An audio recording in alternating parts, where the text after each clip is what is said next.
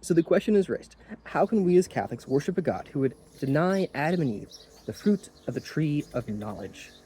Now, the first thing I want to address is that exactly what the tree of knowledge of good and evil is something that's debated. It's not something that's been settled as a question.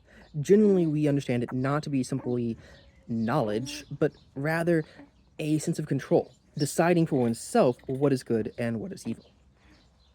The second thing to understand is that although you can be a faithful Catholic and take the story of the fall as literal truth, that's not the traditional understanding of the church. We tend to take it as a metaphorical story. So while we believe in a literal Adam and Eve and a literal original sin, um, the rest is a little more open to interpretation.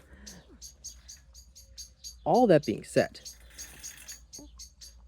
when God tells Adam and Eve not to eat of the tree of knowledge of good and evil, we do not think that was a forever declaration. That is, God did not make a tree that was evil. God doesn't create evil. The tree was good. And as something that's good, the only logical conclusion is that it was meant for Adam and Eve. It was in the garden that they were put in. Just not in a right now sense, right? Think of all the things we deny to kids, right? Knowledge of sex, of alcohol, of coffee, right? Not because those things are bad, but because they're not ready for them, either psychologically or developmentally, right? It's not time yet.